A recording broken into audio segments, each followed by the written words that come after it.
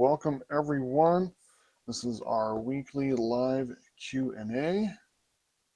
So for those of you who are new, you are always welcome to drop your questions in the chat here.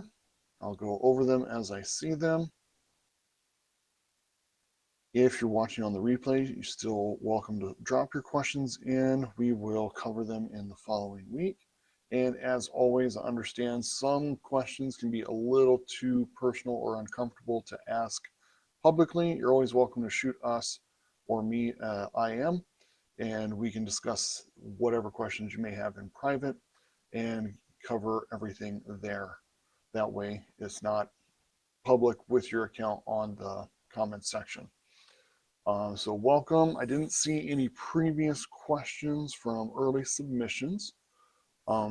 So what I wanted to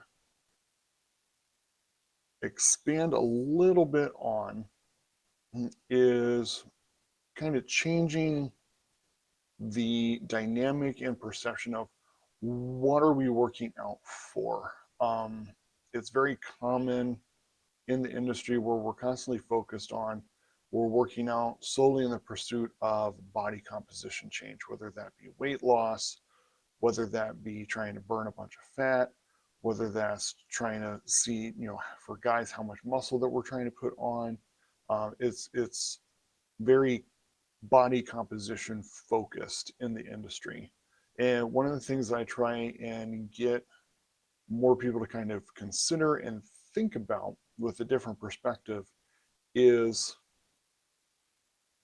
longevity training. And what I mean by that is, yes, we want to build some muscle, but we want to make sure that it's functionally strong, not just bulk for bulk's sake, making sure that we can stabilize ourselves against external forces, making sure that if we want to exert force upon something external, that we can be stable and actually achieve that movement that we want, rather than being unstable, victim to the environment, prone to falling, prone to injury.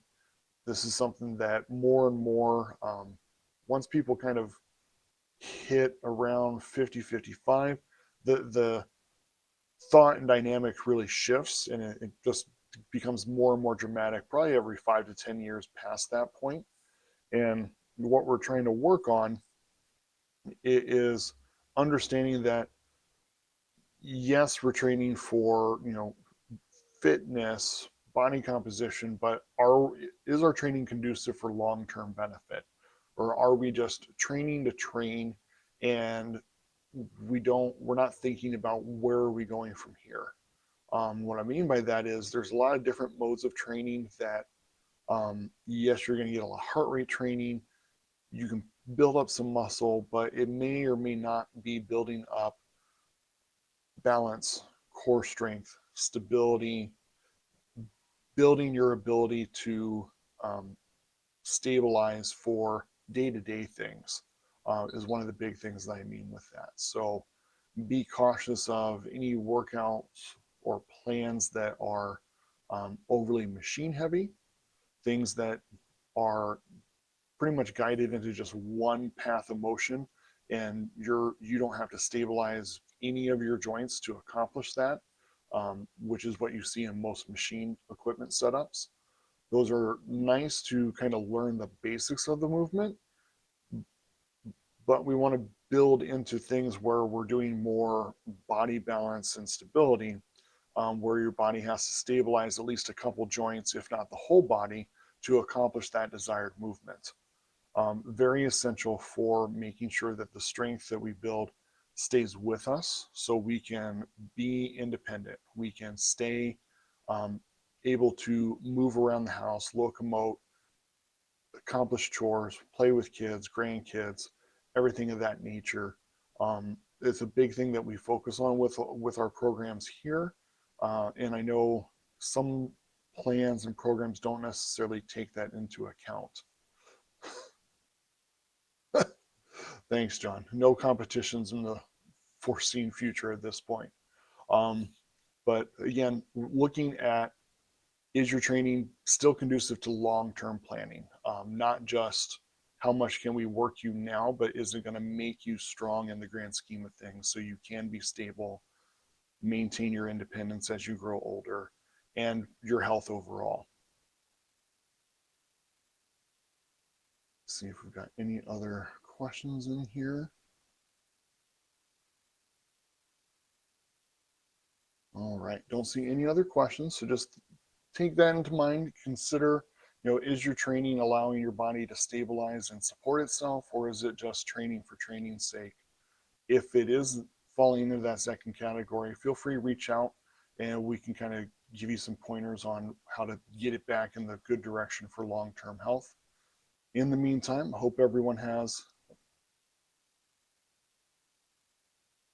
let me see, oh, we got another question here. Interesting reports on Ozempic. Share anything. I've talked about a couple times. I know last week I went into a few things. I guess one thing that I'll kind of comment, because I actually made a post that'll come out a little bit later today.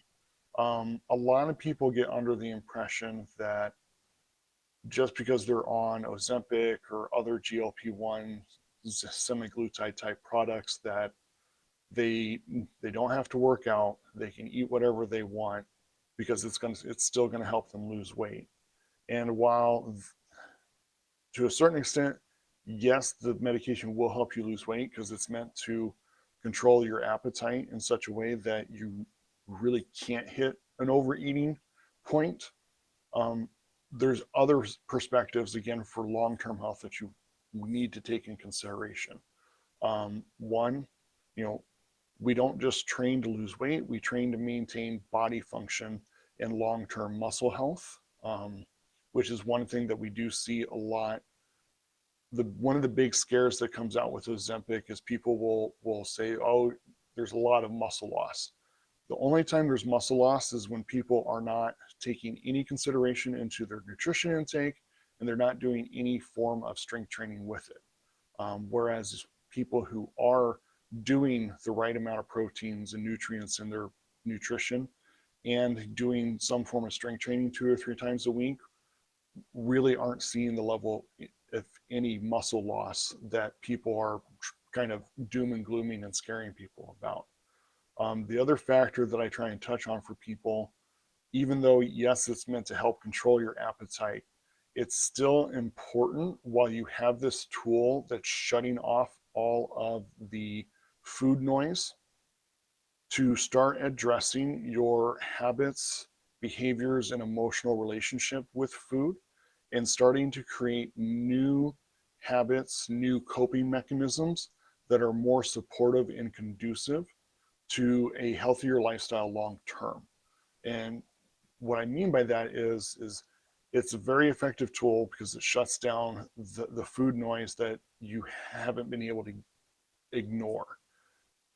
Now that it's silent, let's start addressing, okay, I usually go for X food to cope with my stress or to feel better or to take the edge off of a rough day. Now that I don't have the food noise blaring in my head, what can I do instead? Because we're still going to have rough days, we're still going to have high stress, but finding things that don't involve food to cope, to manage, to rebalance that stress load while it's easier because of the tool of the medication shutting down that temptation and that food drive. Put that into action. Create new alternative coping plans, develop new relationships for healthy stress management and ways to kind of, ease yourself out of a stressful day that don't involve food.